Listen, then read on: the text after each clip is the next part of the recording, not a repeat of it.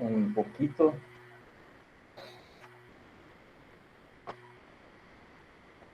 Tudo bem, né? Parece que chegou mais gente aqui, eu estou enganado. Chegou o Roger e a Yasmin. Yasmin, você estava na aula passada de história?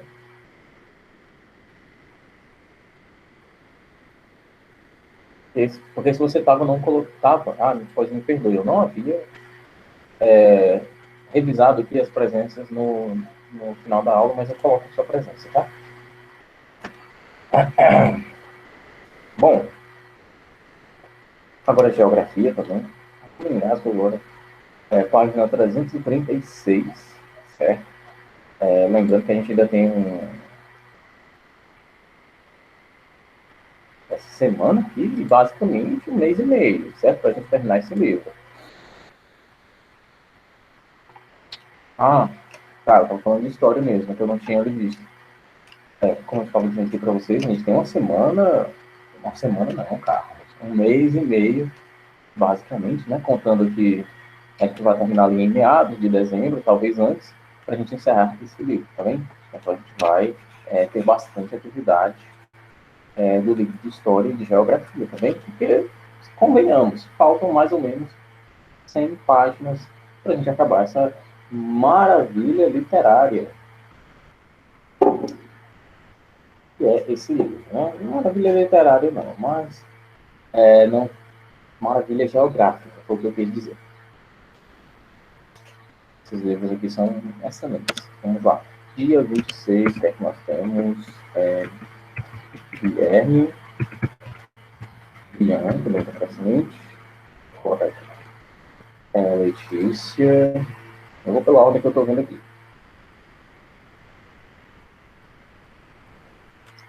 Letícia, Lívia também está aqui, né? Tá. Rodrigo, Stephanie 21 está aqui.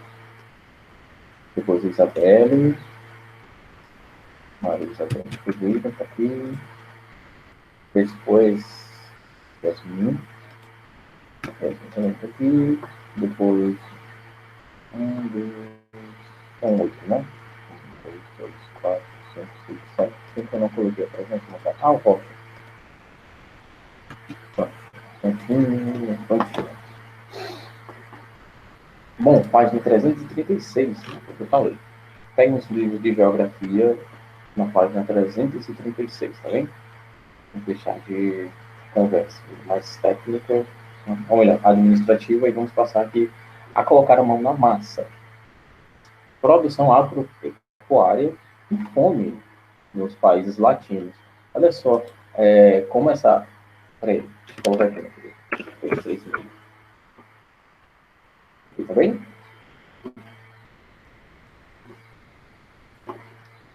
Como esse texto aqui, né, a gente pode fazer uma análise aqui até mesmo de produção textual, tá bem?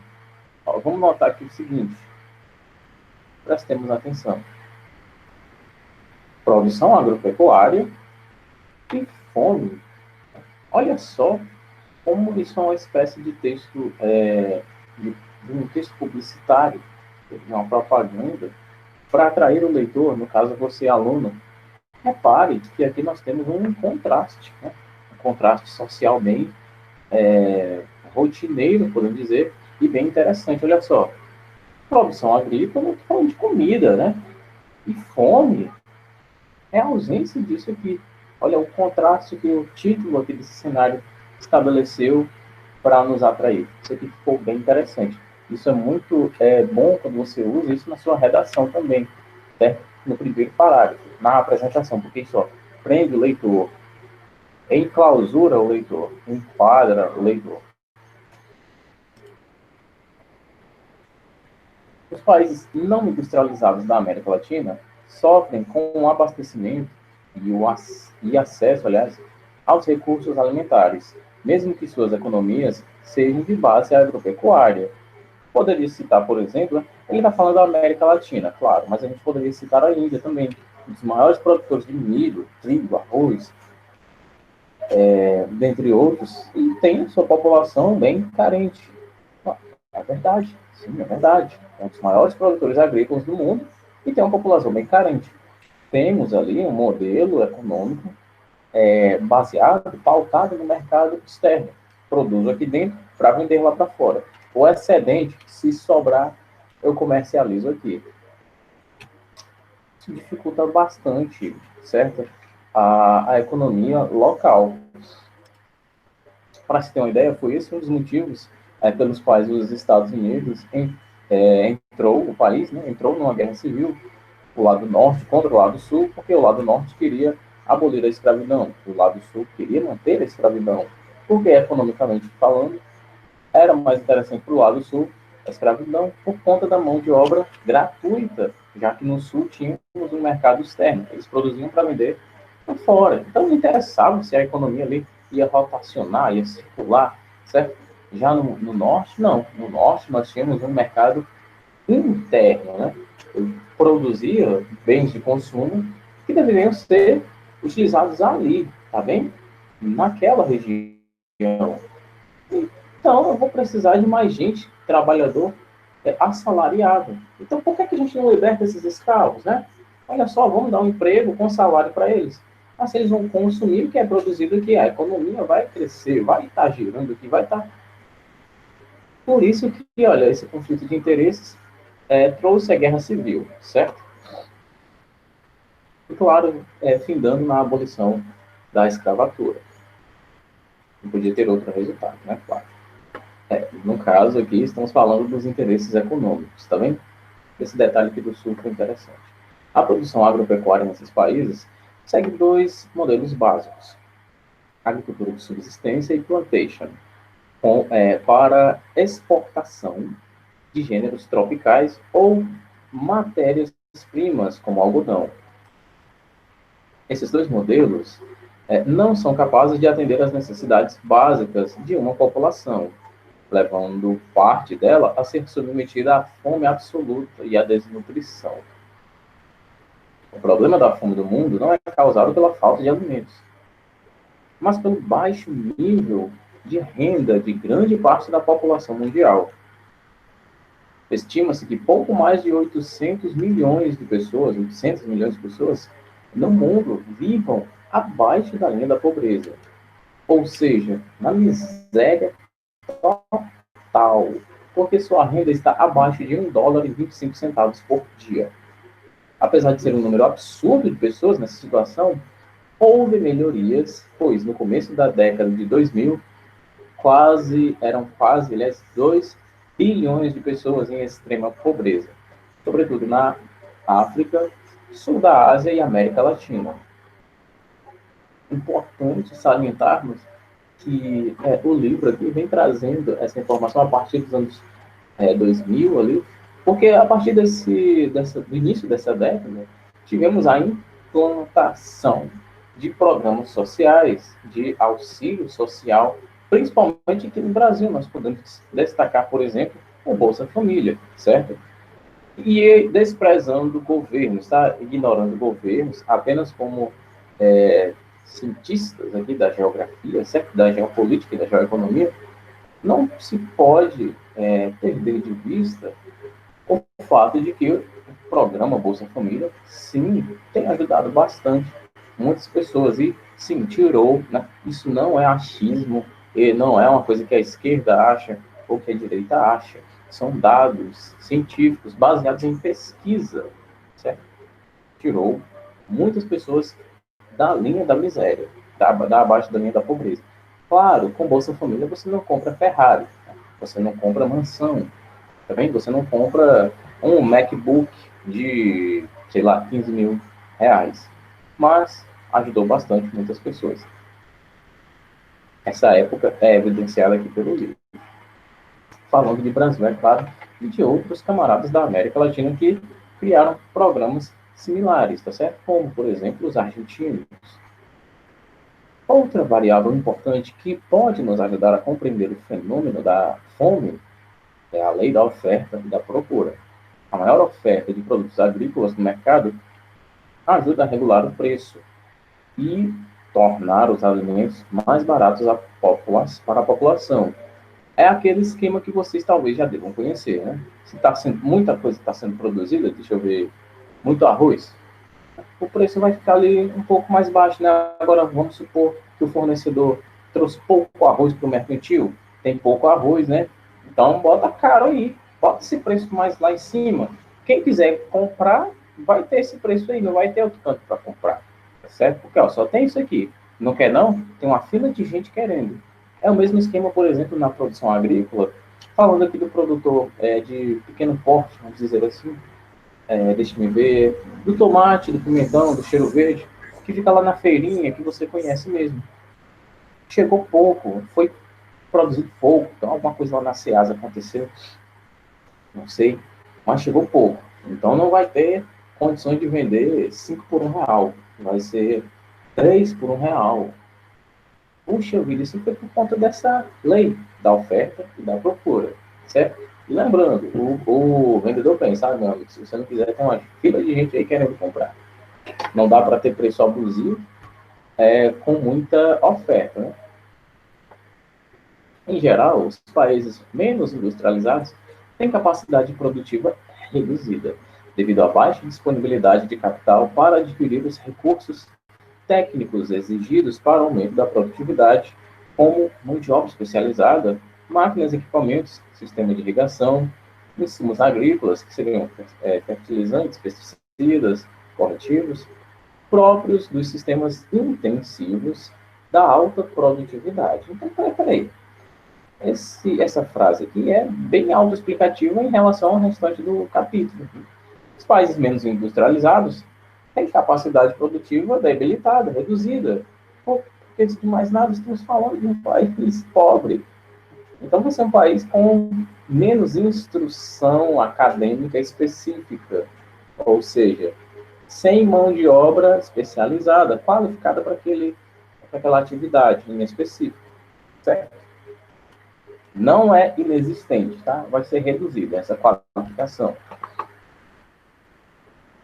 Brasil, México, Argentina e Chile são potências agrícolas na América Latina, baseadas em agricultura empresarial de exportação e agricultura familiar, para atendimento do mercado interno, onde a presença do capital industrial e de crédito proporciona grande produtividade e maior oferta dos gêneros agropecuários. Com exceção dessas potências, todos os outros países latino-americanos sofrem, em maior ou menor grau, com a situação da baixa produtividade.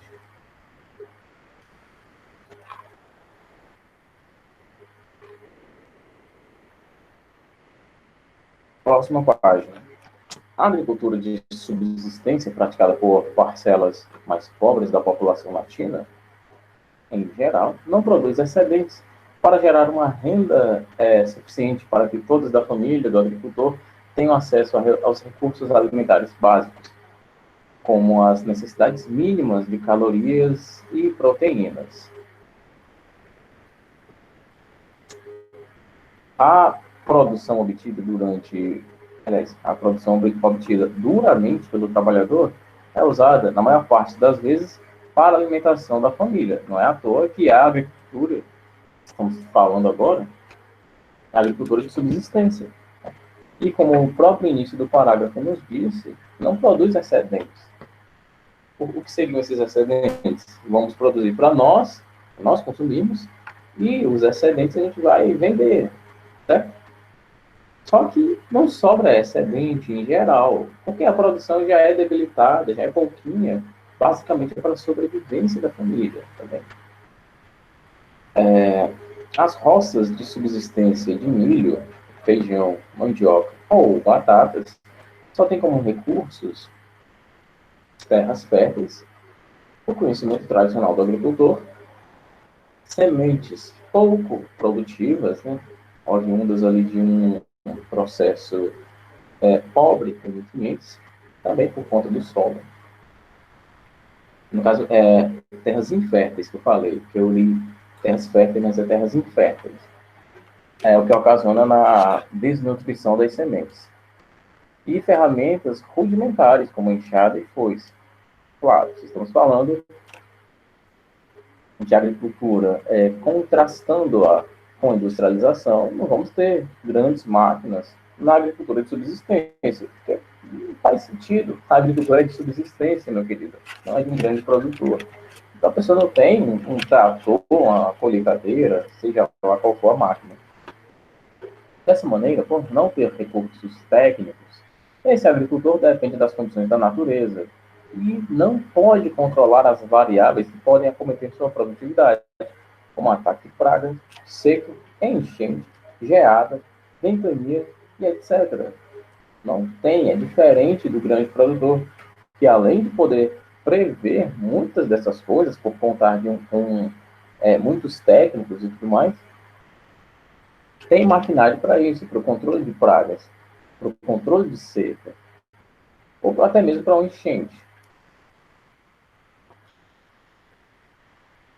A agricultura de plantation para a exportação fica com as melhores terras, pagam baixos salários e devastam áreas naturais para a produção de monocultura de gêneros tropicais ou para a produção de matéria-prima. Esse tipo de produção geralmente não é a base alimentar do povo latino, como feijão, milho, mandioca ou batata, e não são produzidas para atender ao mercado interno desses países. Culturas como algodão, soja, sorgo, cana-de-açúcar, fumo ou café utilizam a maior parte das terras para exportar para os países mais ricos que pagam em moeda forte, como o euro, como o dólar, gerando mais lucros para essa pequena parcela de agricultores, no caso são grandes agricultores, e causando uma baixa oferta de gêneros alimentícios nos mercados nacionais com alta nos preços, com altas nos preços.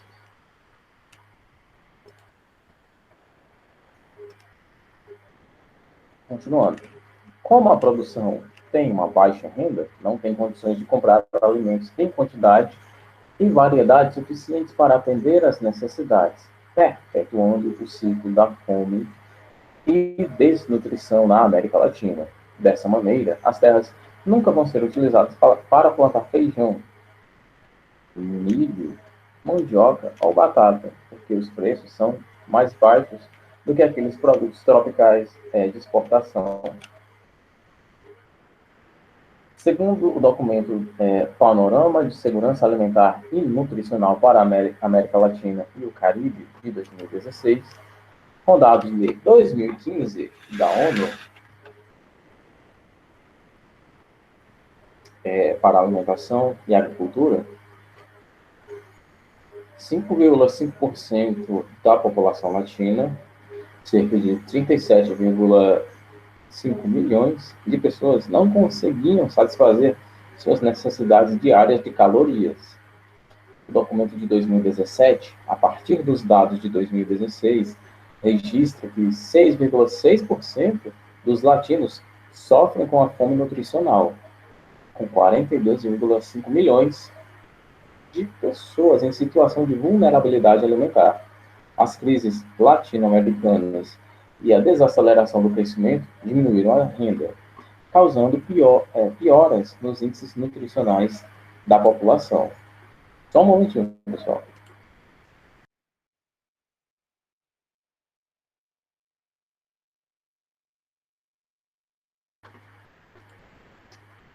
Sim, mundo capitalista. O problema, na maioria dos casos, é esse mesmo, tá?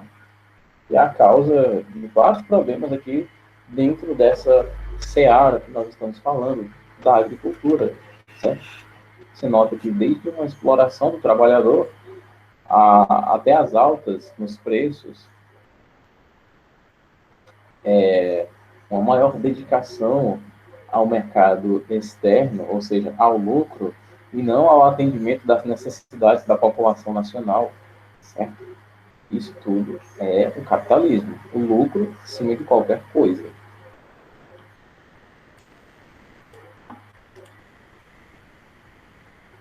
O que mais assusta no processo de desnutrição atualmente na América Latina é o aumento do problema do sobrepeso e da obesidade, que acomete populações de baixa renda, pois tais problemas não estão ligados à boa alimentação, mas ao abuso de alimentos não saudáveis, que podem agravar o estado de saúde dessas populações. Daqui, claro, que alimentos não saudáveis, você sabe, né? É a pizza, o refrigerante, é a coxinha, esses salgados e frituras em geral, né? Além dos doces, certo? Sorvete também está incluso aí. Além de um tratamento nada saudável, o sorvete vira gordura pura no seu organismo. Dentre outros, né? Mas convenhamos, pizza, refrigerante, fritura, gordura, é muito bom. Né? É uma coisa assim engraçada, mas é muito bom. Uma coxinha, muito mais. Porém, deve ser consumido com consciência. Porque, por exemplo, para não citar nomes nem marcas, refrigerante é um dos causadores da osteoporose, certo? Favorece a osteoporose. Principalmente aqueles que têm mais, como que eu posso dizer, mais ácido fosfórico, que é naturalmente descalcificante.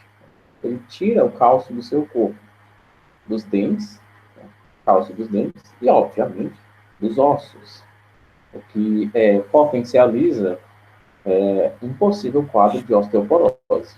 E é piorado se você tiver uma predisposição genética a tê-la. Próxima página. É comum encontrar nas populações de baixa renda adultos com sobrepeso e crianças desnutridas. Independente do sobrepeso ou não, essas populações são desnutridas devido a deficiências de proteínas e vitaminas. De acordo com a FAO, na América Latina e no Caribe, o sobrepeso das crianças menores de 5 anos aumentou 6,8% em 2005 para 7% em 2016, taxa que supera as da Ásia, da África e da média mundial, de 6%. Isso na América Latina e no Caribe. Basicamente do México para baixo.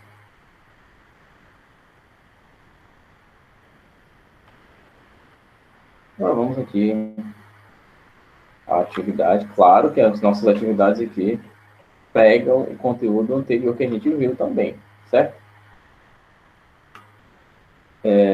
O jovem Fidel Castro, não apenas do conteúdo de hoje, tá? Isso aqui vai pegar até o conteúdo da prova também. O jovem Fidel Castro chegou ao poder. Peraí, alguém quer falar alguma coisa?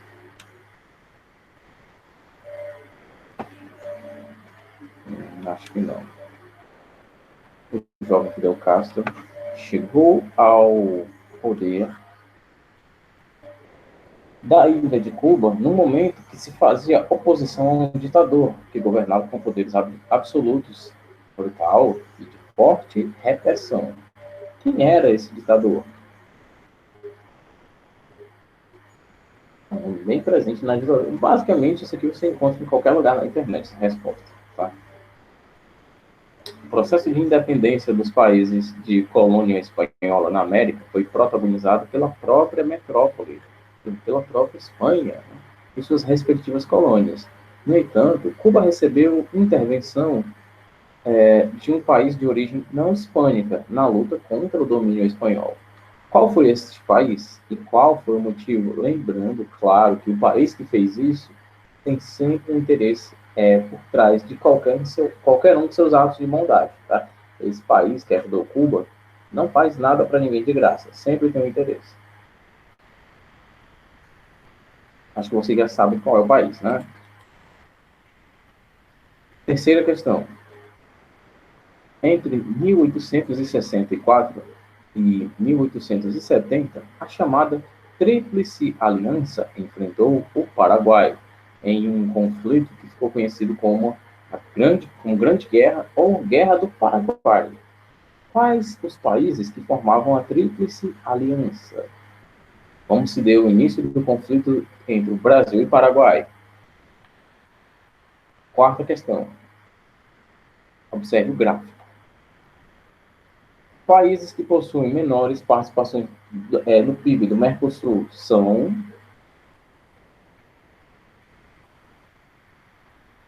Essa aqui está bem óbvia, né? Você olha o gráfico e diz quem tem a menor representação aqui do PIB do Mercosul. Prontinho. Resolveu. Quinta questão. Depois desse resumido estudo da América Central, responda o nome de qual país você gostaria de conhecer. Depois faça uma breve análise sobre a economia do continente. Claro, a resposta pessoal, tá certo?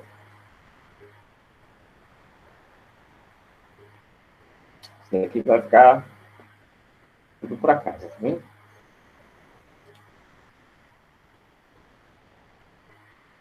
Já conseguem discernir aqui alguma resposta de alguma questão dessas?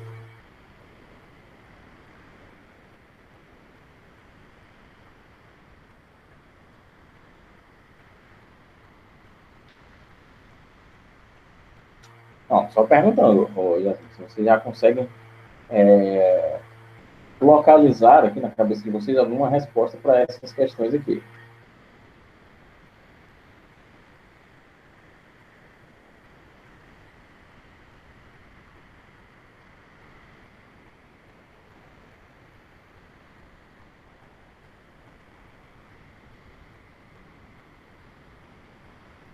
Quatro?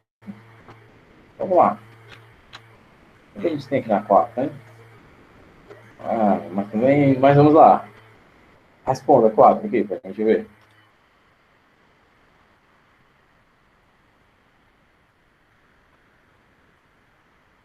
Quais países, no caso dois, tá?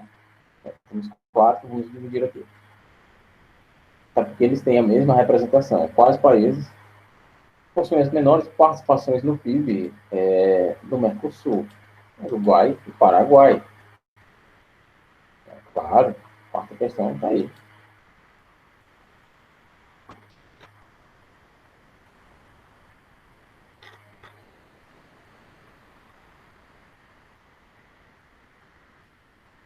Vamos lá. Sobre as questões de encerramento, né? Vou passar até essa terceira questão da 340. Isso se vocês não responderem aqui já, né? Para o reconhecimento da independência cubana, a emenda Platt, de 1901, definindo as relações entre os Estados Unidos e Cuba, permitia a intervenção direta dos Estados Unidos na organização do exército cubano. Essa aqui está no texto, tá? A ocupação militar na ilha de Cuba pelos americanos por 40 anos, a intervenção americana nos assuntos internos e o estabelecimento de bases na ilha, a arrecadação de 1/3 das rendas de produção açucareira durante 30 anos, com a intervenção direta dos Estados Unidos na organização, aliás, das alfândegas cubanas.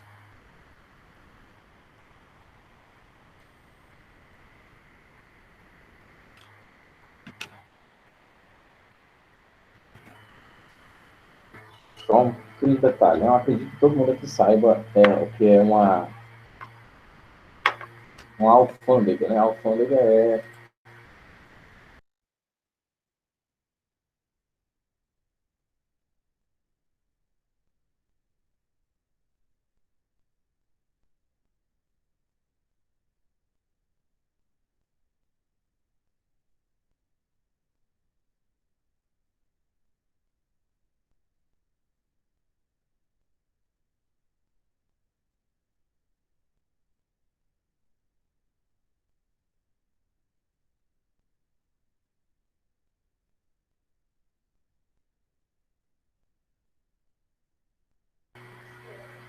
desligou aqui sem querer, pessoal. Bom, falando, acredito que a maioria de vocês, se não sabe, vão saber agora. A alfândega é um órgão do governo, uma repartição que fiscaliza e controla, obviamente, o movimento, a entrada e saída de mercadorias para o exterior ou vindas do exterior, tá bem? Inclusive, a alfândega que tem a responsabilidade de cobrar impostos pertinentes a essas mercadorias que estão entrando ou saindo, tá?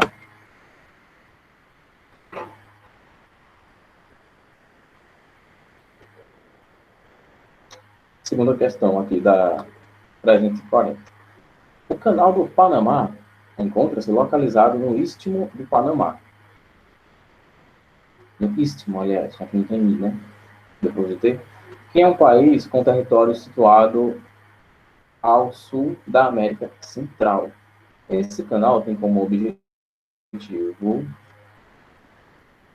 unir o Oceano Atlântico ao Pacífico. O Canal do Panamá, tá certo? Unir a América do Norte e a América do Sul, que geograficamente falando é um pouco impossível, né? Dificultar a navegação dos Estados Unidos ou cobrar impostos sobre mercadorias. Cobrar altos impostos, né? Terceira questão. A guerra chegará ao fim. As cidades, vilas, as aldeias estavam despovoadas. Sobreviveram um quarto da população. Cerca de 200 mil pessoas. 90% do sexo feminino. Dos 20 mil homens ainda com vida, 75% eram velhos e acima dos 60 anos, ou garotos menores de 10 anos.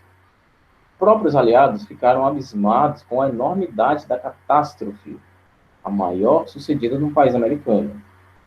Manlio Ganconi e Ivan Boris. O texto refere-se ao conflito externo em que se envolveu o Império Brasileiro com a Guerra da Cisplatina, do Chaco, de Canudos, do Paraguai ou dos Farrapos. Conflito tá, externo, tá bem? Então você elimina aqui o que você localizar de conflito interno no Brasil, tá bem? Bom, meus queridos, a gente vai ficar com a página 340, ou melhor, 339 e a 340, tá bem? Então aqui dá para passar as outras. A gente pode ver as outras. Não vai dar tempo para explicar, porque assim a gente vai entrar no nosso próximo capítulo. Peraí, deixa eu colocar aqui. E assim a gente já entraria no capítulo 10. Seria interessante, né? E sobrariam apenas 64 páginas para a gente terminar. Não, 64 não. 100 e alguma coisa. Bom, vou adiantar aqui o intervalo para vocês. Vou ficando por aqui, tá bem? Só um minutinho. E é isso. Deixa eu ver qual que é que sentiu todo mundo. A gente se vê na quarta-feira, tá bem? Façam essa atividade. Bom, pessoal, um abraço para vocês e até a próxima.